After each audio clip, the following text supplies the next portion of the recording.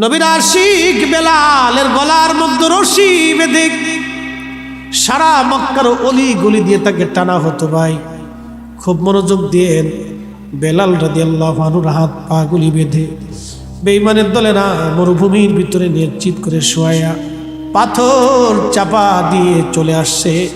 Saudi আরব যারা চাকরি করেছেন তারা আপনারা জানেন, প্রচন্ড গরমে হযরত বেলালের শরীরের ভিতরে বালুগুলি এসে এসে ফুসকা পরে পরে ঘা হয়ে যাইতো। ওই ঘায়ের মধ্যে চাবুক দিয়ে পিটানো হতো আর বলা হতো বেলাল কালেমা সারবি। বেলালের একটা আওয়াজ আসতো, আহাদ আহাদ আহাদ, আল্লাহ এক আল্লাহ এক আল্লাহ এক আল্লাহ এক আল্লাহ এক। এইভাবে বেলাল কাঁদতে থাকতে ওরা বেলালের জিব্বা খানা টেনে বের করে, হযরত বেলালের জিব্বা বের করে লোহার শিক আগুনের মধ্যে গরম করে পুড়িয়ে বেলালের জিব্বারে বারবার ঢুকিয়ে জবান বন্ধ করে রাখতো যাতে বেলাল জিকির করতে না পারে। ওরা জবান বন্ধ রাখলে কি হবে, সেই দিন হযরত বেলাল রাদিয়াল্লাহু আনহুর কান্নার আওয়াজে আকাশ পাতাল গুলি বাড়ি হইত। আহাদ আহাদ বলে বেলাল কাঁদতেন, বেলালের কান্নায় আকাশ পাতাল ভারী হয়ে যাইত। তারপরেও তারা বেলালকে ছাড়ত না। কঠিন নির্যাতনে বেলাল বেহুশ হয়ে যাইতেন আর ডেকে বলতেন, কাফেররা রে, যদি পারো জীবনের তরে আমাকে মেরে ফেলে দাও, এইভাবে অত্যাচার করলে আমার আর সহ্য হয় না। মনিব বলতো, হয় কালেমা ছাড়বি। বেলাল একটা কথা বলতো, দেখো রে, জীবনের সব কিছু দিয়ে দিতে পারবো, ঈমান বিক্রি করতে পারবো না, ঈমান দিয়ে দিব না। আহা, হযরত বেলালকে আবু বকর সিদ্দিক 40,000 দিরহাম দিয়ে কিনে নিলেন। তৎকালীন 40,000 বর্তমানে 40 কোটি হবে। বেলালকে কিনে এনে আজাদ করে দিলেন আবু বকর। নবীজি মদিনায় গেলেন, হিজরত হয়ে আজানের প্রবর্তন চালু হলো। নবী বললেন, সাহাবীরা রে, বেলালের আজানের মুয়াজ্জিন বানায় দেয়া হোক। বেলালকে মুয়াজ্জিন বানানো হলো। বেলাল আজান দেন, কিন্তু আজানের ভিতরে বেলালের ভুল হয়। সাহাবীরা এসে বললেন, হুজুর, বেলালের আজানের মধ্যে ভুল হয়, কাফেররা সমালোচনা করে। আল্লাহর নবী বললেন, সাহাবীরা রে, বেলালের আজানে ভুল হলে কি হবে, তোমরা শোনো, বেলাল আজান দিলে এই আজান আরশে মুআল্লা পর্যন্ত পৌঁছায় যায়। বেলাল আজান দিলে আরশে মুআল্লা পর্যন্ত যায় রে সাহাবীরা। হযরত বেলাল এইভাবে আজান দিতে লাগলে, আহা, নবীর দরবারে থেকে কাটাইতে লাগলে। কোনদিন একটা তহবান, কোনদিন একটা চাদর পরে বেলালের জীবন কাটতে লাগলো। আমাদের মধ্যে এত দামি পোশাক বেলালের ছিল না, কিন্তু বেলালের আজানের এমন মধুরতা ছিল। আজান দেওয়ার পরে সব সাহাবী মসজিদে এসে ভরে যাইত। কোন সাহাবী ঘরের মধ্যে থাকতে পারতেন না। আজানের রুহানিয়াত এত কঠিন, আজানের রুহানিয়াত এত কঠিন, বেলালের আজানের রুহানিয়াত এত কঠিন, কোন সাহাবী ঘরের মধ্যে থাকতে পারতেন না। সব সাহাবী বের হয়ে ঘরের থেকে মসজিদে নববীতে আসতেন। আল্লাহর নবীর ইন্তেকাল মোবারক হয়ে গেল। সব সাহাবী পাগলের মতো হয়ে গেলেন। পাগলের মতো হয়ে যাওয়ার পরে হযরত বেলাল রাদিয়াল্লাহু আনহু পাগল পারা হয়ে গেলেন। নবী নাই, নবী নাই, এই কথা সাহাবীরা বিশ্বাস করতে পারতেছেন না, নবী নাই। ছোট্ট একটি গাঠুরি বেঁধে বেলাল আসছে। আবু বকর, বিদায় দাও, মদিনাতে আর থাকবো না। কেন রে বেলাল, কি হয়েছে তোমার, কিসের অভাব বলো, তোমার কি পয়সার অভাব? বেলাল রে, বাইতুল মাল থেকে বেতন ধার্য করে দেব। বেলাল ডাক দেয়, বলেন, আবু বকরকে আমার যে অভাব আছে, তুমি কি সেই অভাব পুরা করে দিতে পারবা বলো। কিসের অভাব রে বেলাল, বল। বলে, হুজুর, আগে আজান দিলে নবী নামাজ আসতো, বলো এখন আজান দিলে কি নবী নামাজ আসবে? আবু বকর ডেকে বলেন, বেলাল রে, তুই কি নবীরে ভালোবাসিস? আমরা কি নবীরে ভালোবাসি না? বলে, হ্যাঁ আবু বকর, তুমিও ভালোবাসো, আমিও ভালোবাসি।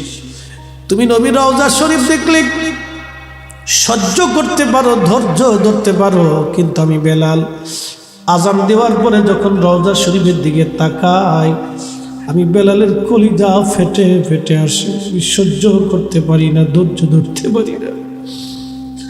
মদিনার আমি রওজার পাশে দাঁড়িয়ে দেখছি বহু হাজি রওজা শরীফের পাশে যায়, সালাম দিয়ে চলে যায়, কোনো অনুভূতি নেই।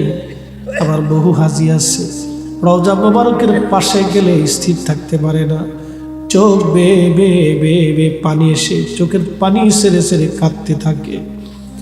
ওই কান্না দেখে সৌদির পুলিশ আসে আর হাজিকে তাড়ায় দেয়, হাজি আল্লাহ রু, আল্লাহ বেদায় আল্লাহ শির বলে বলে হাজিকে তাড়ায় দেয়। হাজির চোখের পানি ফেলে ফেলে কাঁদতে থাকে। হাজির জীবনের ইচ্ছা, হুজুর জীবনে কোনো দিন আর আসার সুযোগ আছে কিনা জানি না, আমি হাজি আসছি, আপনি নবীর কদম মোবারকে হাজিরা দিতে আসছি। হুজুর আমি আসছি। হাজি কাঁদে, হাজি কাঁদে, কোনো হাজি কাঁদে না, কিছু হাজি কাঁদতে কাঁদতে পরেশান হয়ে যায়। বেলাল বললেন, হুজুর আপনিও তো ভালোবাসেন, কিন্তু আপনি ধৈর্য ধরতে পারেন। আমি বেলাল রওজা শরীফের দিকে তাকাইলে আমার কলিজা ফেটে আসে, আমি ধৈর্য ধরতে পারি না, আমি সহ্য করতে পারি না। বিদায় দেন, আমি চলে যাব, মদিনায় থাকবো না। চলে গেলেন হযরতে বেলাল সিরিয়ার দামেস্ক। বহুদিন পরে নবীজি স্বপ্ন গেলেন, সিরিয়ার দামেস্কে দিয়ে বলতেছে, বেলাল কেমন জুলুম তুমি আমার সাথে করছো। বেলাল রে আয়, কতদিন হলো তুমি আমার জিয়ারতে আসো না রে বেলাল। বেলাল আয়, আমি নবীর জিয়ারতে আয় রে বেলাল আয়, আমি নবীর জিয়ারতে আয়। কতদিন হলো রে বেলাল তোমার কণ্ঠের আযান শুনি না, বেলাল আয় আয় আয়। একজন সাহাবী কি পরিবারে নবীকে ভালোবাসা দিলে, আমার নবীজি স্বপ্নে থেকে ডাকতে যায়, বেলাল আয়। কি পরিমাণ ভালোবাসা একজন সাহাবী নবীকে দিলে, নবীজি স্বপ্নে ডাকতে গেছে, বেলাল কতদিন হলো তুমি আমার জিয়ারতে আসো না রে বেলাল, আয় আয়, আমি নবীর জিয়ারতে আই রে বেলাল। বেলালের মতো আশিক যদি আমরা হইতাম, এ দুনিয়ায় নবীর দেখা পাইতাম, এ দুনিয়ায় নবীর দেখা পাইতাম। আল্লাহর নবী বলেন, মান রাআনি ফিল মানামি ফাকাদ রাআল হক। স্বপ্ন যদি তুমি আমাকে দেখো, বাস্তবে আমি নবীকে দেখছো, কারণ আমি নবী নিজে আসি, ছবি আসি না, আমি নবী নিজে আসি। বেলালকে নবী স্বপ্ন দেখলেন, আসো, কতদিন হলো তুমি আমার জিয়ারতে আসো না রে বেলাল, আয় আয়, আমি নবীর জিয়ারতে আইসো রে বেলাল। সাহাবী নবীকে কি পরিমাণ ভালোবাসা দিলে, একজন সাহাবী নবীজি তাকে ডাকার জন্য গেছে, আয়, কতদিন হলো আমার জিয়ারত। আমার দেশে বুকে হাত বেঁধে নামাজ পড়ে একদল, এরা বলে নবীর রওজা শরীফ জিয়ারত করার নিয়ত করা বেদাত হারাম। নবী বলতেছে, বেলাল আয় জিয়ারতে, নবী নিজে ডাকে আসো। সাহাবীকে নবী ডাকে জিয়ারতের জন্য, আসো বেলাল আয়। নবীর জিয়ারতের জন্য নবী ডাকে উম্মতকে, আর উম্মত এসে বলে বেদাত। নবী ডাকে উম্মতকে, উম্মত আসো আমার জিয়ারতে, আর উম্মত বলে বেদাত। যে উম্মত নবীর জিয়ারত করাটাকে বেদাত মনে করে, ওরে খাওয়ানোর চাইতে কুত্তা খাওয়ানোর সওয়াব বেশি। হ্যাঁ তুচ্ছা করে বলেন ঠিক কিনা?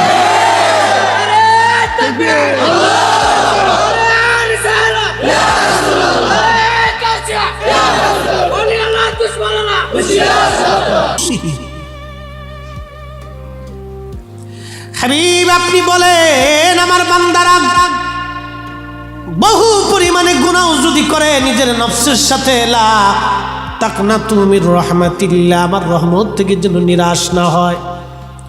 ওয়ালা ইয়াগফিরুজ যুনুবা জামিআ, আমি তার জীবনের সমস্ত গুনাহগুলি আমি আল্লাহ মাফ করে দেব। সুবহানাল্লাহ বলা যাবে? এই মিলাদুন নবী তাবারকের দলিল নিয়ে যান। আমি দলিল আপনাকে দিব, বিবেকের দলিল সবচেয়ে বড় দলিল। আমার দিকে তাকান, যদি বুঝে থাকেন কুত্তায় যদি বিবেকে প্রস্রাব না করে তাহলে বুঝবেন, আর যদি কুকুরে বিবেকের মধ্যে প্রস্রাব করে তাহলে বুঝবেন না। কথা ক্লিয়ার, কাটছাট আমি বুঝিয়েছি জিনে। এক পতিতা নারী যদি কুকুরকে পানি পান করানোর জন্য রব্বে করিম তার জীবনের গুনাহ মাফ করতে পারে, আরে সৃষ্টির ফাউন্ডেশন যে নবীর কারণে নাজাত হবে, মুক্তি হবে, ক্ষমা হবে, বেহেশত পাবো, আমল অল্প হবে, জান্নাতে সবার আগে চলে যাব, সেই নবী দুনিয়াতে আসার কারণে কোনো বান্দা যদি খুশি হয়ে আল্লাহর শুকর আদায়ের নিমিত্তে মোহাম্মত নিয়ে কোনো বান্দার জন্য তাবারক রান্না করে কোনো মানুষের মুখে খাবার পৌঁছায় দেয়, বাপ কুত্তাকে পানি খাওয়াইলে যদি জান্নাত নসিব হয় তো আল্লাহর বান্দাকে খাবার খাওয়াইলে কেন আল্লাহ মাফ করবে না বলেন তো আমাকে? আগেই বলছি, যদি কুত্তায় বিবেকে প্রস্রাব না করে তাহলে বুঝবেন, আর যদি বলেন না কুত্তায় বিবেকে মুইতে দিছে তাহলে আর বুঝবেন না। কথা বলেন না, আমাকে বলুন, প্রতিটা নারী যদি কুকুরকে পানি পান করানোর জন্য তার জীবনের সমস্ত গুনাহ মাফ হতে পারে, আমি আল্লাহর বান্দার জন্য ভালো খাদ্য খানা রেডি করে তার জন্য খাবার পৌঁছে দিয়ে তাকে মেহমানদারি তার সম্মান করার জন্য কেন আল্লাহ আমাকে মাফ করবেন? আমি কি করে আপনাকে বোঝাবো বলেন তো? আমার দেশের ছেলেরা ফুটবল খেলায় গরু জবাই দেয়। এই আর্জেন্টিনার ভক্তরা, বহু আর্জেন্টিনার ভক্তরা গরু জবাই দিচ্ছে, ছাগল জবাই দিচ্ছে, মুরগি ফিরাই সিরে রাইন দিয়ে খাইছে। সেদিন খবরে দেখলাম এক বেড়া ওই সেই 86 সাল থেকে নিয়ত করছে যে আর্জেন্টিনা বিশ্বকাপ না পেলে হতে বলে বিয়েই করতে না। কত বড় বদ কপাল, সেটা বুড়ে হয়ে গেছে। তারপরে তো জিতছে তো, কিন্তু বুড়ে তো হয়ে গেছে। বুড়া কালোর বিয়ে করলেই কি আর না করলে কি কথা করলে কেন? দেশে কত বড় বিয়াক্কেল আসে চিন্তা করে। গাধার ঘরের গাধা কারে কয়? আন্তর্জাতিক খ্যাতি সম্পূর্ণ গাধা।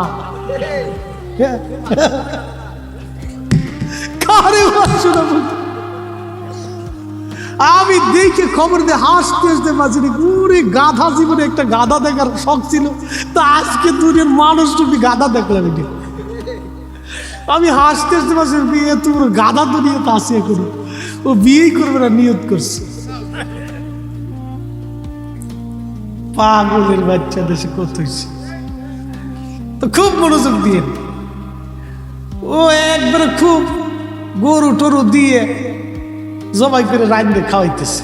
শয়তানে হাসে আর কয় আহারে, শয়তানে হাসে আর কয় আহারে, তোরে গরুটার জীবনটাই নষ্ট করলি। শয়তানে কয়, শয়তানে হাসে আর কয় তোরা গরুটার জীবনটাই নষ্ট করলি তোরা। আচ্ছা আপনারা বলেন, নিজের একটা সমর্থক দল, আপনি খেলা দেখেন নিষেধ নেই, খেলেন এটাও নিষেধ নেই, খেলার শরীর চর্চা এটা আমি নিষেধ করবো না। নিজেও বহুত, আমি ক্রিকেট জীবনে বহুত খেলছি। হ্যাঁ, আমি ক্রিকেটের এটা কি কয় ঘোড়ার ডিম ভুলে গেছে, আগের সে খেলাধুলার মুখে তো মনে নাই। না আরে আমি যেমন বোলিংও পারতাম তো ব্যাটিংও পারতাম, অলরাউন্ডার ছিলাম। ঘোড়ার ডিম ভুলে গেছি, অলরাউন্ডার। তো বোলিংয়ে ফাস্ট বোলার ছিল। বল যখন করছি বুঝেনি তো, আমার শরীরগত দিকে তো বুঝতেছে। বল যখন করছি অনেকে বল চোখেও দেখছে, এরকম ফাস্ট বোলার ছিলাম। ক্রিকেট খেলা খুব ফাস্ট ছিলাম, ফুটবল খেলা আমি পারতাম না তেমন, এটার প্রতি লেভেন ডিশ ছিলাম আর কি। তো যাই হোক, খেলাধুলার শরীর চর্চা করেন, খেলেন, দেখেন, নিষেধ নেই, কিন্তু আবেগপ্রবণ হওয়াটা তো খুব খারাপ জিনিস। আসক্তিটা তো খারাপ। দল জিতলে পেপসি খাবেন, আর না জিতলে এবারে গমের ট্যাবলেট খেয়ে শীতে হয়ে থাকবেন। হ্যাঁ, ঠকছে আর গমের ট্যাবলেট খেয়ে শীতে মাথায় পানি ঢাইলে একবার অস্থি। কে রে এই অবস্থায় বুকে, এই অবস্থা হওয়া যাবে না। আল্লাহ রসুল বলছেন আল মারউ মা মান আহাব্বা, আমাদের ভালোবাসা আল্লাহর ওলিদের সাথে থাকবে, ঠিক কিনা? ওই যে আল্লাহ বলছে মালা ইন্নী তা'লামুন, আমি যা জানি তোমরা তা জানো না, আমি যা বুঝি তোমরা তা বুঝো না। আরে ফেরেশতার সাথে, জিনের সাথে, অন্য কোনো জাতির সাথে আল্লাহর প্রেম ভালোবাসা হয় নাই। আল্লাহ ভালোবাসা এই মানব জাতির সাথে করেছেন, কারণ এই মানব জাতির ভিতরে বহু বহু অলি পৃথিবীতে জন্ম হয়েছে যারা আল্লাহর সাথে রাত্রিবেলা ভালোবাসা করত। ভালোবাসা করতে। আপনি যখন ঘুমান তখন আল্লাহর ওলিরা আল্লাহ আল্লাহ আল্লাহ আল্লাহ আল্লাহ আল্লাহ আল্লাহ আল্লাহ আল্লাহ আল্লাহ আল্লাহ জিকির করতেছে। হালাকু খান ইরাকের 16 লক্ষ মানুষ মেরে ফেলে। পৃথিবীর সবচেয়ে মারাত্মক ট্র্যাজেডি ছিল। 40 দিনে 16 লক্ষ মানুষ জবাই দিয়েছিল। তো মারতো, জবাই দিয়ে দিয়ে মারত। কত বাবার সামনে সন্তানকে জবাই দিয়েছে। আহা, 16 লক্ষ মানুষ ইরাকের বাগদাদে জবাই হলো। ইরাকের টাইগ্রিস দজলা নদী 40 দিন পর্যন্ত রক্তে রঞ্চিত হয়েছিল। এত পরিমাণে রক্ত মানুষের বহিছে। হালাকু খান নেশায় আসক্ত হয়ে পরবর্তী মুসলিম দেশ দখল করার জন্য আবার বের হয়ে গেলেন। রক্তের নেশা এসে গেল, খুব মারাত্মক নেশা এটা। পথ দিয়ে যাচ্ছে তো জঙ্গলের ভিতরে কিছু আল্লাহর ওলিরা বসে বসে আল্লাহ আল্লাহ আল্লাহ আল্লাহ আল্লাহ আল্লাহ আল্লাহ আল্লাহ আল্লাহ আল্লাহ আল্লাহ আল্লাহ আল্লাহ জিকির চলতেছে। তো হালাকুর সৈন্যরা বলে, এরা কারা রে? যা বলতেছে, তোমরা কারা? বলে, আমরা সুফি। কি করো? আল্লাহ জিকির করি। খাও কি? বলে, আল্লাহ যা খাওয়ায় তাই খাই। তো হালাকু বলতেছে, এরা কারা? বলে, এরা এই মুসলমানদের ভিতরে কি এক জাত। এরা বলে, কি করে? বলে, এরা কি করতেছে, ডেকে নিয়ে। তো সৈন্যরা যা বলে, হালাকু ডাকে। বলে, আমাদের হালাকুর কাছে কোনো প্রয়োজন নেই, হালাকুর প্রয়োজন হলে আমাদের কাছে আসতে কম। তো হালাকু কয়, কত বড় পাগল রে! ইরাকের বাগদাদের 16 লক্ষ মানুষ মেরে ফেললাম, আর ওরা কয় ওদের কাছে যাইতে। আচ্ছা, যাইতে পাগল পাগল দেখে আসি। তো কাছে গেছে। যাওয়ার পরে হালাকু জিজ্ঞেস করলো, তোমরা কারা? বলে, মুসলমান। কি করো? আল্লাহ জিকির করি। এই জঙ্গলের মধ্যে খাও কি? বলে, আল্লাহ খাও। তা হালাকু বলতেছে, এ আবার কোন জাত? সে তো এটার সাথে পরিচিত, এটা আবার কোন জাত? বলতেছে, তোমাদেরকে কিছু টাকা পয়সা দিয়ে যাই। বলতেছে, না, প্রয়োজন নেই। হালাকুকে, এর আবার কোন জাত? টাকা পয়সা দিবার চাই, নিতে চাই না। আচ্ছা আচ্ছা, সৈন্যদেরকে বলো, তাহলে এক কাজ করো, এই 1 বক্স স্বর্ণ মুদ্রা নিয়ে আসো। তো বক্স ভরে স্বর্ণ মুদ্রা এনে বলতে, সেটা তোমাদেরকে দিয়ে গেলাম।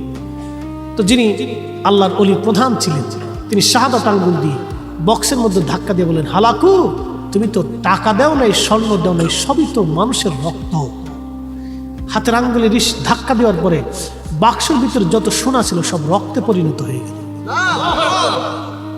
এই দৃশ্যখানা দেখার পরে হালাকুর কলিজার ভিতরে অনেক একটা ভয়ের জন্ম। হালাকু ভয় পেয়ে গেল যে পৃথিবীর সমস্ত মানব জাতির সাথে যুদ্ধ করা যাবে, এদের সাথে যুদ্ধ করা যাবে না। যে আঙ্গুলের ধাক্কাতে স্বর্ণকে রক্তে পরিণত করে দিতে পারে, এদের সাথে যুদ্ধ করা যাবে না। হালাকু বললেন, ব্যাক টু কান্ট্রি, আমার দেশের দিকে চলো, আমি আর সামনের দিকে যাব না।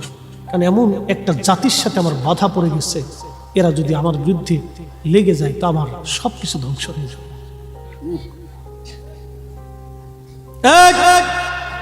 এই জন্য আল্লাহ বলেন, মান আদালি বলিয়ান ফাকাদ আযানতু বিল হারব, আমার ওলির সাথে দুশমনি হবে, আমি আল্লাহ যুদ্ধ ঘোষণা করব।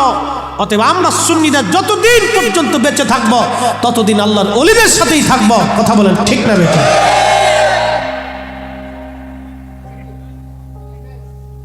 মোহতারাম উপস্থিতি, হুমায়ুন ভাই মাহফিল দিয়েছেন। হুমায়ুন ভাইয়ের মতো বহু হুমায়ুন বাংলাদেশে আছে। হুমায়ুনের চাইতে বহু টাকাওয়ালা বাংলাদেশে আছে। কোটি কোটি কোটি কোটি টাকার মালিক, টাকা কোথায় রাখবে খুঁজে পায় না। কিন্তু আমার দেশের বহু মা টাকার অভাবে ওষুধ কিনতে পারে না। আহা, কি করে বলবো আপনাকে। আমার বসুন্ধরার সামনে দিয়ে প্রত্যেক শুক্রবার বিকেল বেলা এই কোনাতে একটা মেলা আছে, বিনোদন পার্ক। ছেলেরা মোটর সাইকেল চালিয়ে বাস যাচ্ছে, পিছনে লন্ডিস জেন্ডিস মুন্ডিস সব বসায় নিয়ে যাচ্ছে। কোন মায়ের ছেলে, কোন মায়ের পুত, কোন মায়ের মা মেয়ে জানি না কিছু, অর্ধউলঙ্গ হয়ে প্যান্ট শার্ট পরে মাঝে মধ্যে চিন্তা করি ইজলে না বেডি বুঝি না, ইজলে না বেডি বোঝা যায় না। তো যাচ্ছে, খুব যাচ্ছে, খুব ভু ভু ভু করে ধুলা বালি উড়াই দিয়ে চলে যাচ্ছে। যাচ্ছে তো যাচ্ছে, কিন্তু এরকম বহু মানুষ তো যেতে যেতে আজকে কবরের সাথে মাটির সাথে মিশে গেছে। আর যাওয়ার তো সুযোগ নেই। হাত্তা সুরতুল মাকাবির, পয়সা কোথায় খরচ করবে খুঁজে পায় না। আল্লাহ বলছেন কবর পর্যন্ত তোমার সমান, এরপরে আর কোনো সুযোগ তোমার হাতে নাই।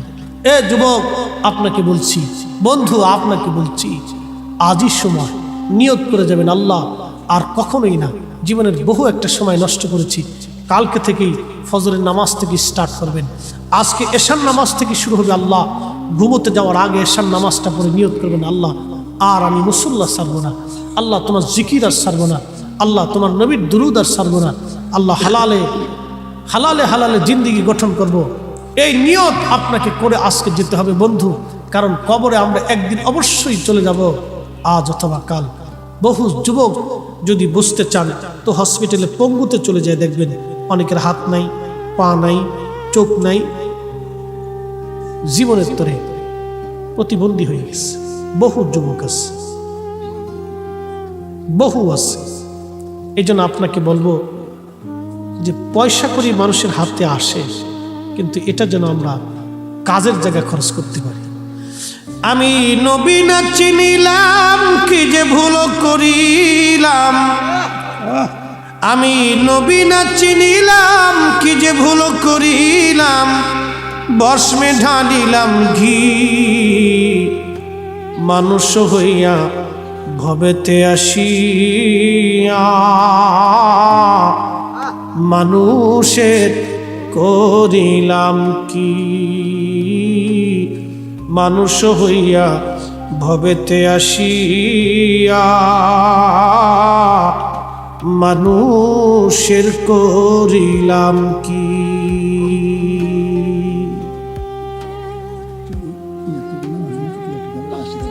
আরে খোদা, যে ওয়াজের কথা কইছি 3 রাত লাগবে না দেখতেছি। একবারে কারবালা থেকে হাসান হোসেন বেলাল রাদিয়াল্লাহু তাআলা হয়ে আসতে গেছে, তারপরে তিন রাত্রে সফর করে একবারে শেষ করে গেতেছি। আজকে তামার ঠান্ডা হয়ে যাবে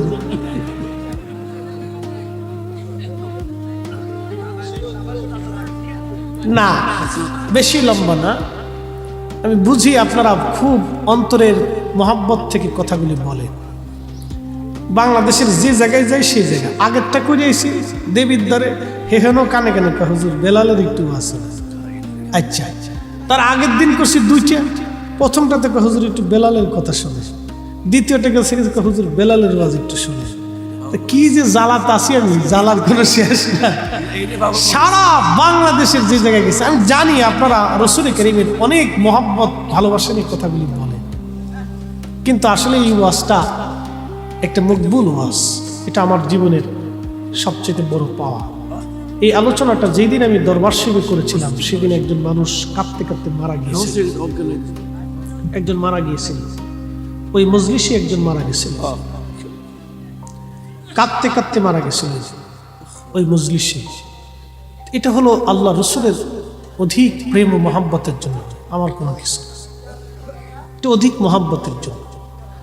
সাহাবে কেরামের প্রেমটা এরকম ছিল। তো বুঝেন তো, মানুষ কেঁদে কেঁদে এইভাবে বেহুশ হয়ে যায়, সর্বমহল সব। এই ওয়াজটা শুনে কত মানুষ যে তাহাজ্জুদ গুজারি হয়েছে আমি জানি না। একদিন এক ভদ্রলোক, খাগড়াছড়িতে গেছি মাহফিলে, ভদ্রলোকটা আমার হাতটা ধরে এসে বললেন, হুজুর আমি পরিবহন সেক্টরের একজন দায়িত্বে সভাপতি। তো বলতেছে আমি এমন কোনো খারাপ কাজ নাই পৃথিবীতে না করছি। বলে হুজুর আপনার এই ওয়াজটা শোনার পর থেকে, সে কেঁদে দিয়ে বলতেছে, হুজুর আপনার এই ওয়াজটা শোনার পর থেকে আমি আজ নামাজ ছাড়ি, আমি জীবনে তওবা করছি হুজুর। শেষে নিজে সে আমার মাহফিলে নিছে, খাগড়াছড়ি বাস স্ট্যান্ডে মাহফিল নিয়ে আমার ওয়াজ শুনছে। বলছে হুজুর আপনার এই ওয়াজটা শুনে আমার জীবন আমি পরিবর্তন করছি। এটা তো আমার ওয়াজ না, এটা রাসূল কারীমের একজন সাহাবী তার জীবনের সব কিছু দিয়ে রাসূলকে ভালোবাসছে। আমি তার জীবনের একটা ছোট্ট বর্ণনা আপনাদের সামনে উপস্থাপন করেছি। আপনার রাসূলের মহব্বতের চোখের পানি ফেলেছে কোটি কোটি কোটি কোটি মানুষ। আমি আশায় আছি হয়তো এই কারণে আল্লাহ আমাকে মাফ করবে, তাছাড়া আমার আর কোনো রাস্তা নেই, কোনো উপায় নেই। তো মোহতারাম উপস্থিতি, কখন মানুষের জীবনের কাল পরিবর্তন হবে আমরা কেউ বলতে পারি না। এটা একটা মকবুল জিনিস, আল্লাহ রসুলের সাহাবীর মকবুল জিনিস। আমি আপনাদেরকে শেষ সময়ে আমার ভাই যেহেতু আবদার করেছেন, তো ছোট্ট করে আমি জানি এই মজলিসে, সব মজলিসে এই ওয়াজটা উঠে না, এটা আলাদা একটা বিষয়, এটা আলাদা একটা সাবজেক্ট। তারপরও ছোট্ট করে আপনাদেরকে একটু আশা যেহেতু জাগছে, একটু বলবো। মুক্তাসার কথাটা হলো, আমরা আজকে মাহফিলে বসছি, মাহফিল শেষ হলে আমাদের জন্য তাবারুক আছে। আমার দিকে তাকান, ওদিকে তাকাতে হবে না, বাচ্চারা দুষ্টুমি করবে। এই মাহফিল শেষে আমাদের জন্য একটু তাবারুক আছে ভাই, আছে না ভাই? আছে। আপনারা মাহফিল শেষ হলে আমাকেও কিছু হাদিয়া তোহফা দিবেন, উলামা ইকরামকে সম্মান করবেন, ও তারা আমার উপস্থিতি। কিন্তু সেই দিন কালেমার জন্য সাহাবা ইকরামের কত কঠিন ত্যাগ ছিল। আমি আপনাদেরকে ছোট্ট করে একটা ঘটনা সাহাবীর জীবন থেকে বলি। নবীর একজন সাহাবী ছিলেন, তার নাম খাব্বাব রাদিয়াল্লাহু আনহু। তিনি কামার ছিলেন, লোহা দিয়ে অস্ত্রপাতি বানাইতেন। তিনি কালেমা পড়ছেন, কালেমা পড়ার পরে লোকেরা এসে ওনার হাত পাগুলি বেঁধে ফেলল। বেঁধে ফেলার পরে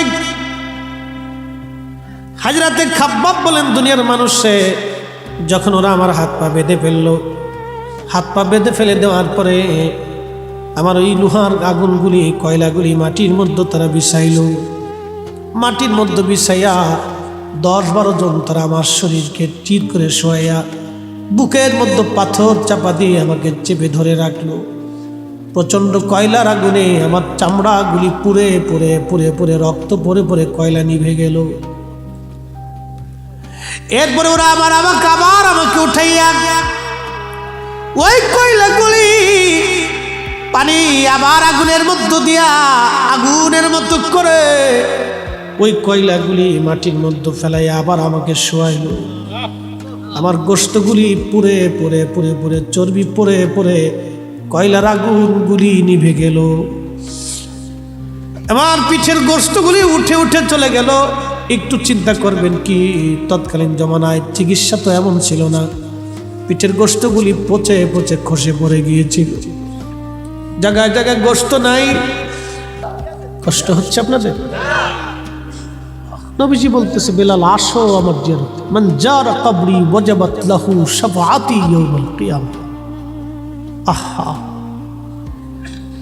এজন্য আপনাদেরকে বলি, ভালোবাসাটা দলিল দিয়ে হয় না, ভালোবাসাটা হৃদয় থেকে হয়। কথা বলেন ঠিক কিনা? আমার পীরের বহু মুরিদ আছে, অ্যাটেনশন, ওয়াজ শেষ। আমার হুজুরের বহু মুরিদ আছে যারা হুজুরের জন্য ভালো জিনিসটা আলাদা করে রাখে, আছে না ভাই? আমার আব্বাজানকে দেখতাম, আমার আব্বাজান খুব পীর ভক্ত মানুষ ছিল। পীর ভক্ত মানে নিজের পীরকে অনেক বেশি ভালোবাসতেন। শুধু তার ভালোবাসা ছিল না, আমার আব্বার জীবনের আমল ছিল, প্রত্যেক ফরজ ফজরের নামাজের পরে আব্বাজান কোরআন শরীফ তেলাওয়াত না করে কখনো বের হতেন না। ইন্তেকালের 3 দিন আগে সবার কাছ থেকে মাপ চেয়ে নিয়েছিল, দেনা দেয় সব পরিশোধ করে দিয়ে তারপরে ক্ষমা টমা চেয়ে এসে আব্বাজান 3 দিন পরে মারা গেছে। সারা জীবনের ভালো একটা আমল আব্বাজানের ছিল। তো ভালো ধান আসলে হুজুরের জন্য আলাদা ধান রেখে দিতেন। গাভীর দুধ আসলে প্রথমে দুধটা বিক্রি করে টাকাটা হুজুরের জন্য রেখে দিতেন। খুব পীর ভক্ত মানুষ ছিল। আমাদের দেশে বহু মানুষ আছে, বাপ আমরা মহিলারা আছে, দেখবেন বাড়ির সেরা খাবারটা আমাদের জন্য রেখে দেয়, আছে না ভাই? বহু আছে যে মৌলানা সাহেব আসবে, হুজুর আসবে, বাড়ির সেরা খাবারটা হুজুরের জন্য আলাদা রেখে দেয়। এই যে মোহাব্বতটা, এটা কি দলিল দিয়ে হয় না হৃদয় থেকে হয়? সে ইচ্ছা করলে কিন্তু খেয়ে ফেলতে পারত, কিন্তু সে আমার জন্য রেখে দিচ্ছে, হুজুরের জন্য রেখে দিচ্ছে, কারণ হৃদয় থেকে মোহাব্বতটা, তাজিমটা আসছে। ভাই, দলিল দিয়ে তাজিম হয়, দলিল দিয়ে হয় না, এটা হৃদয় থেকে আসতে হবে, হৃদয় থেকে আসতে হবে। একটা বাবা, একটা সন্তান তার বাবা মার পা ধুয়ে পরিষ্কার করে তারপরে মায়ের কাপড় চুপড় খেসে মার খেদমত করে। কেন? মাটা তার ছোট্ট করে তার পায়খানা পরিষ্কার করেছে, পেশাব পরিষ্কার করেছে, তার কাপড় ধুয়ে দিয়েছে, ওর মাথার থেকে পা পর্যন্ত মা ধুয়ে ধুয়ে পরিষ্কার করে গোসল করিয়ে শরীরের তেল মালিশ করে মা কাপড় পেঁচিয়ে সন্তানকে বুকের ভিতরে নিয়ে ঘুমিয়ে পড়েছে। এই মাকে খেদমত করার জন্য কোনো দলিল লাগে না, বিনা দলিলেই করতে হবে। কথা বলে ঠিক কিনা? এটার জন্য দলিল লাগে না, এটার জন্য বিবেক লাগে। কি লাগে? বিবেক। এটার জন্য বিবেক লাগে। আল্লাহর ওলিরা আল্লাহর বন্ধু, তো আল্লাহর বন্ধুকে আপনি ভালোবাসবেন, সেজন্য আবার দলিল কিসে দেবেন? দলিলের তো দরকার নেই, বিনা দলিলে ভালোবাসতে হবে। ঠিক কিনা? বিনা দলিলে। একটা ঘটনা শেষ করে দিচ্ছি। আমার হুজুর কেবলা জানের পীর ছিলেন শাহ সুফি খাজা এনায়েতপুরী রহমাতুল্লাহ আলাইহি। তো এনায়েতপুর দরবারে ওরস শরীফ শুরু হয়েছে। তো একজন আশিক জাকের তিনি বাড়ি থেকে রওনা দিছে। তখন তার গাড়ি ঘোড়া ছিল না, ব্রিটিশ আমলের কথা, পায়ে হেঁটেই আসতে হতো। তো ভদ্রলোক পায়ে হেঁটে রওনা দিবে, একটা ব্যাগ বা গাট্টি বক্সা বেঁধে কিছু কাপড় চোপড়, শীতের কাপড় টাপড় নিয়ে রওনা দিবে। তা তার ছোট্ট মেয়েটা এই ভাতিয়া শাক আছে না ভাই, বাইতে শাক, এটা গম খেতে বেশি হয় নাকি? হ্যাঁ, বত্তা শাক, বত্তা শাক, আমরা দেশে বাইতে শাক, ওই বাইতে বত্তা একই। এটা আপনারা একটু সোজা করে ধরছেন, আমরা একটু কাইট করে ধরছি এই আর কি। হ্যাঁ, ডিম আর আন্ডা, এই ঘোড়া ডিমে একই, লাউ আর কদু। আচ্ছা, যাই হোক, এই ভাইতে শাক ক্ষেত থেকে উঠাই না বাপের সামনে দিয়ে বলতেছে, বাবা তুমি তো হুজুরের কাছে যাবা, তা আমার এই শাক হুজুরকে দিই। বাপে কয়, মা রে, এই ভাইতে শাক সে কত দূর হাঁটতে হাঁটতে যাবো, হুজুরকে আর এই ভাইতে শাক খায়, হুজুরের জন্য দরবারে কত খাবার আছে, হুজুর খাবে। তো বাবা তো গুরুত্ব দেয়নি না, ঠিক আছে। তো মেয়ে তো ছোট্ট বাচ্চা, মহব্বত করে হুজুরের জন্য দিবে। তো দেওয়ার ভিতরে ওই ব্যাগের ভিতরে, পকেটের ভিতরে কোনায় এক কোনায় ঢুকাই দিচ্ছে। বাবা দেখে নেয়। তো ব্যাগটা কান্দে করে দরবারে আসছে। তো তখন তো টাকা পয়সা খুব কম ছিল। তো 1 টাকা, 4.5 পয়সা, 10 পয়সা, 1 পয়সা, 10 পয়সা দিয়ে 10টা বিস্কিট কিনে খেয়েছি। সে কথা তো এখন মনে আছে। ওরা কি বুঝবে ছেলেপেলেরা? ওরা তো বাপের পকেট থেকে এখন টান দিলেই 50-100 টাকা পায়। আর আমরা 10 পয়সা নিতে আমাদের ঘাম ঝরে গেছে। হ্যাঁ, কি কথা কন না কেন? 1 পয়সা নিচ্ছে আমাদের ঘাম ঝরে গেছে। ওরা টান দিলেই তো, এখন আমাদের বাচ্চারা টান দিলেই তো আমাদের পকেট থেকে শত টাকা পায়। আর আমরা 10 পয়সা নিতে আমাদের ঘাম ঝরে গেছে। তো খুব মনোযোগ দিই। তো এই 1 পয়সা 2 পয়সা করে সে জমে কয়েক পয়সা নিয়ে আসছে হুজুরকে না জানা দেওয়ার জন্য। তো পয়সা এনে হুজুরের সামনে দিয়ে, খাজা এনায়েতপুরী রহমাতুল্লাহর সামনে দিয়ে বলতেছে, হুজুর আমি আপনার জন্য কিছু নজরানা আনছি। তো আল্লাহর ওলি ডাক দিয়ে বলেন, বাবা তোমার এই নজরানা আমার প্রয়োজন নেই। তো মুরিদ তো কেঁদে ফেলে দিছে, হুজুর আমি কষ্ট করি, আমার কি ভুল হলো আপনি? তখন হুজুর বললেন, বাবা আমার ভাতিয়া শাক কোথায়?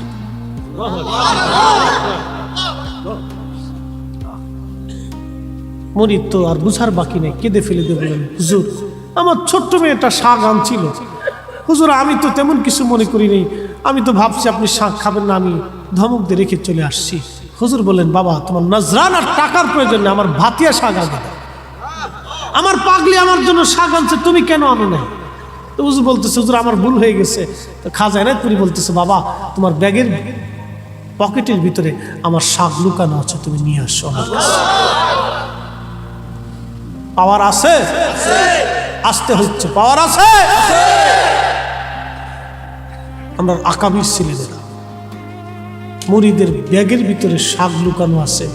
ছোট্ট মুহিব্বিন একটা বাচ্চা এশকার প্রেমে পড়ে একটু ভাতিয়া শাক দিছে।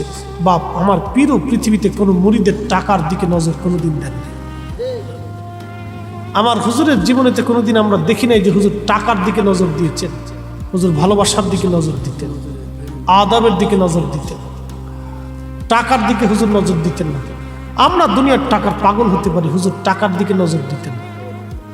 কে টাকার পাগল কি পাগল না আমি জানি না, কিন্তু আমার হুজুর টাকার দিকে কোনোদিন নজর দেন, কখনো হুজুর টাকার দিকে তাকান না।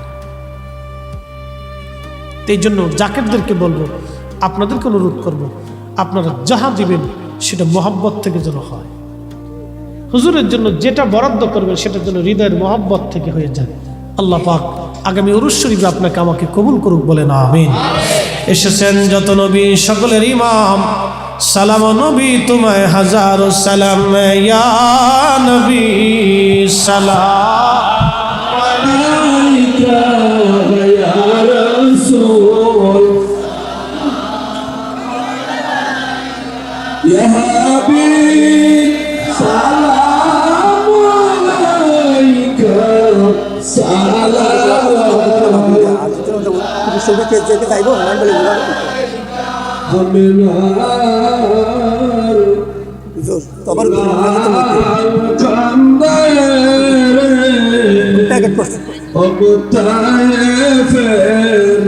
রাস্তার কিনারে কেমনে পারলি আমার নবী রে মায়াই পদে তারে